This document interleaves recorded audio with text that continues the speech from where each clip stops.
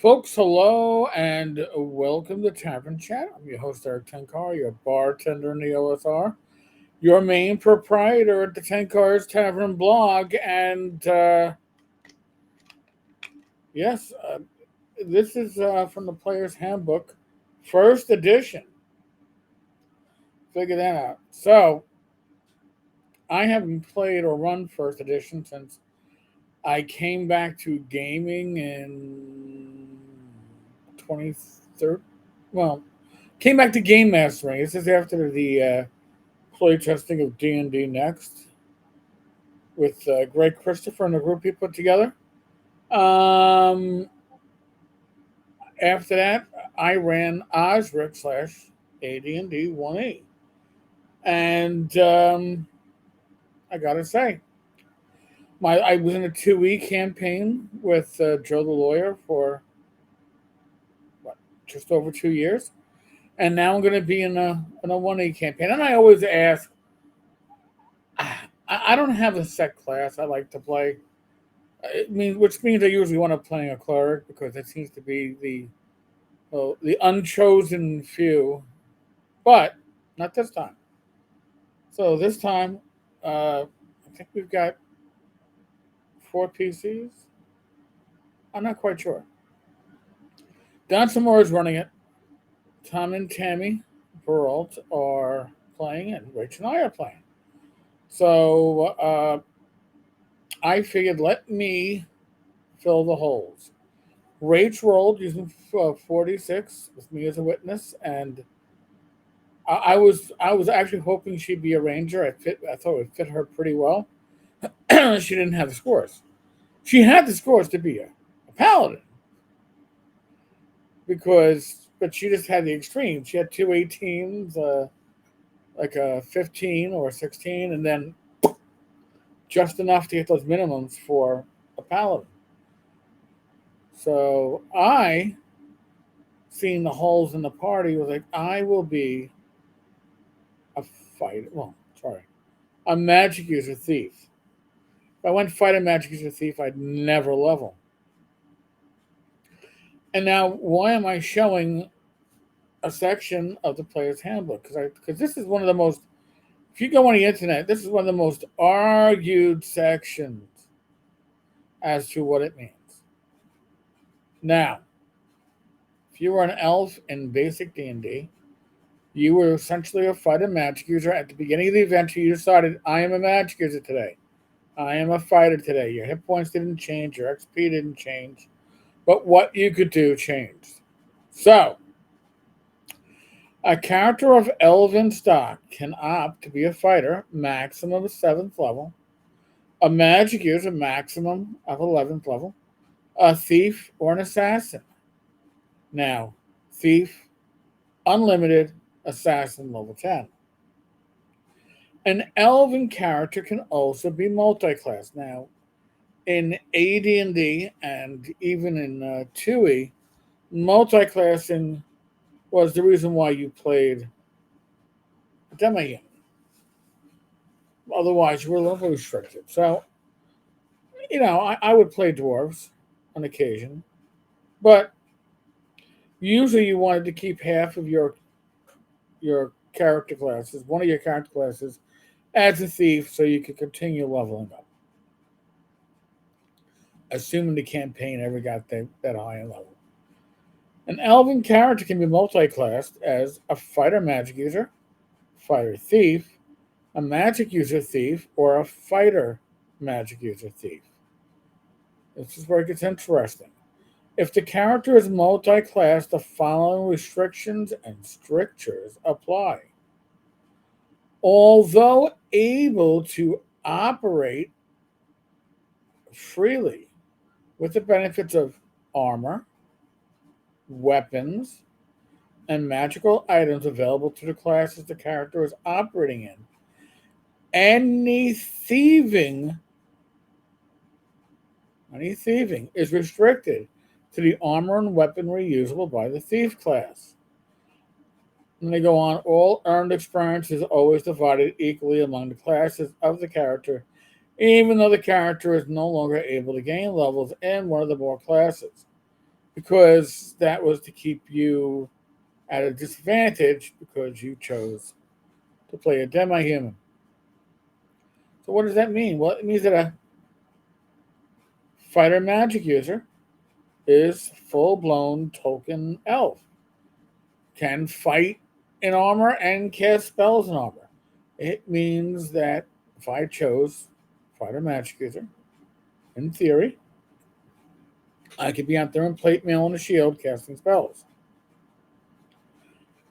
But I never saw fighter magic user as a viable combination of classes, really, because the classes kind of contradict themselves, right?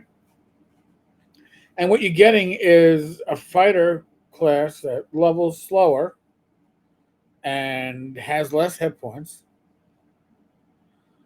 and so you're a bit more squishy in that extent. And yeah, you're more flexible. You're also kind of like Elric, right? I mean, this is the classic Elven class.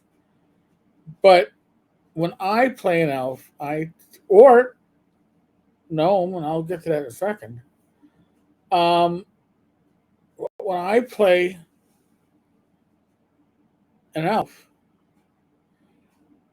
I want it to be the most obviously beneficial combination. And to me, that's magic user thief. If you're playing a gnome, it's illusionist thief. Those two classes work very well together. And then if we already had a magic user, I probably would have played an illusionist thief. But why do they work well together? Well, a thief is supposed to be stealthy. Magic user is not supposed to get into combat. Wow. However, with leather armor, your AC is a little bit better. Okay. You got more flexibility because you can cast spells. You can kind of get into combat if you need to, and if you do, as an elf, you're +1 to hit with your sword, which, by the way, is helpful for backstabbing. And you're built-in stealthy. Like if you are away from the rest of the party, you don't have to rely upon your move silently roll. Just say, hey, I'm going to go and I'm going to take my elven ability to scout ahead. At higher levels, as low as 3rd level, you get invisibility. So you become a really powerful scout-like class. When I was playing in Joe the Lawyer's 2E game, I was a gnome priest. I was a gnome priest who had some basic thieving abilities and access to illusionist spells. And I could cast those spells in armor. But I wasn't wearing armor because I wanted to be able to use my thieving abilities. So it all worked out well. Now, in this case, I can be a magic user in leather armor, carrying a sword. And if you're an elf, the only thing I'm missing out on is bows. And if I took the class as fighter, I'd have that access and I would never level up because my points would be divided into thirds. It's going to be slow enough as it is. At least at thief class, levels relatively fast. So this game was supposed to be kicking off tonight. This is Sunday, June 22nd. And it's going to be interesting. Now, Rach is going to play Paladin. That I'm looking forward to seeing. She rolled her exceptional strength. She rolled a 9. Go figure. But in an AD&D 1E and 2E, all those exceptional strength bonuses are all rolled into the very top of that chart. If you don't get above a 51 on an exceptional strength roll, you're only +1 hit, +3 damage, which isn't much better than theoretically a magic user with 18 strength. Why you would have such, don't know. But just a wee bit better, but that's fine. And I get to play a stealthy jack of all trades character. That's the way I look at it. A little less squishy than a full magic user, a little more stealthy than pure thief. All of it should come together pretty well. So, on that note, Yes, I still got to go through the acquisitions from last week's con. I got cookies. I gotta consume in a proper time period. So that may happen later on today, tomorrow. As an FYI, New York City getting hit with a heat wave, so we'll see what actually gets accomplished. 102 on Tuesday. If I wanted that, I could go to Texas. Oh wait, I was there in Texas, and I wasn't that warm. Other than that, folks, as always, be safe, be well. God bless. Roll them dice and roll them well. And tell me, let me know, what is your favorite multi-class combination from AD&D? What race do you choose? Is it a good way to compensate for lower scores? I think the flexibility is awesome. And yes, you gain levels slower, but that's fine. I think we're starting out at third level, so less squishy, a little bit more powerful.